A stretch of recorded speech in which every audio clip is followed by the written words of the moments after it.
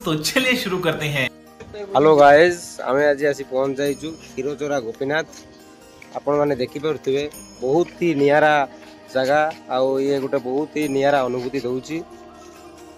देखंतु गाइज ये जो गछटी आपण देखुचंती बर गछटी यही गछर बहुत महात्म्य।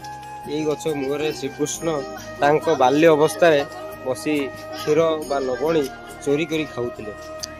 आउ गाइज देखंतु गाइज देखि पारुथिबे एई जो गछर पत्र रही किमिति ठुंगा परी हो जाइए कारण ये किछिटा जिनिस तरल पदार्थ यादे रही पारिबो जहाँ कि श्रीकृष्ण ताकू पिला दिने लवणी चोरी करी खाइबार लाभ उठाउथिले। ये देखंतु गाइज आउ गोटे आम पाखर मध्य अछि देखि पारुथिबे।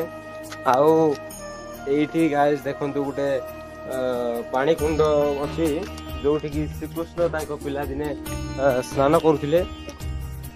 ये देखंतु बहुत ही नियारा जगह ये हूँ से गछ जहाँ दिहरे कि ये देखते किसीटा रेड फ्लैग्स लगी बहुत ही सैक्रेड माना जाए जहाँ दिहरे कि गछ दिहरे बांधिले आमर मनस्कामना जो थाए पूरण होता है आउ शुभ किसी आप फल मागी पारे आपण भविष्य किसी जॉब कि जेकोसी क्षेत्र में उन्नति करने मागी पारे। आउ देखुं ये रही से गढ़िया मूल हूँ क्षीरचोरा गोपीनाथ मंदिर। यही मंदिर आमर श्रीकृष्णकर अवतार गोटे प्रतिमा स्थापित होईची। देखंतु बहुत ही नियारा मंदिर भेड़ा रही।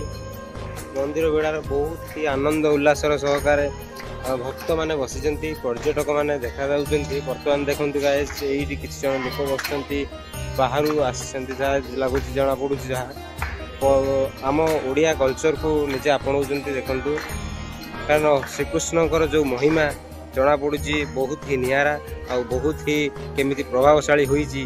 देखंतु बाहर लोक आसिकी तांको निज धर्म छाड़ी आम धर्म आपणाउछन्ती। यह ही आम ओडिया भाई मानक पई गोटे गर्वर कथा।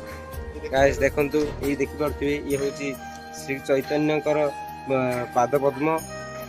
देखंतु होईछि भल भाबरे देखंतु श्री चैतन्यकर पाद ये आउ भुवनेश्वर को आप जानी जमीती आम सब जानी भुवनेश्वर है मंदार मालिनी सहर सेमिति बालेश्वर मध्य गोटे बहुत ही नियारा जगह जोटी की बहुत ही मंदार बहुत ही मंदिर अनेक अनेक जगह अच्छी बुलापी आप निहाती भाव आसतु मजा उठातु आउ निश्चिंत आपण मन भल लगे निहाती मु तो निजे बुली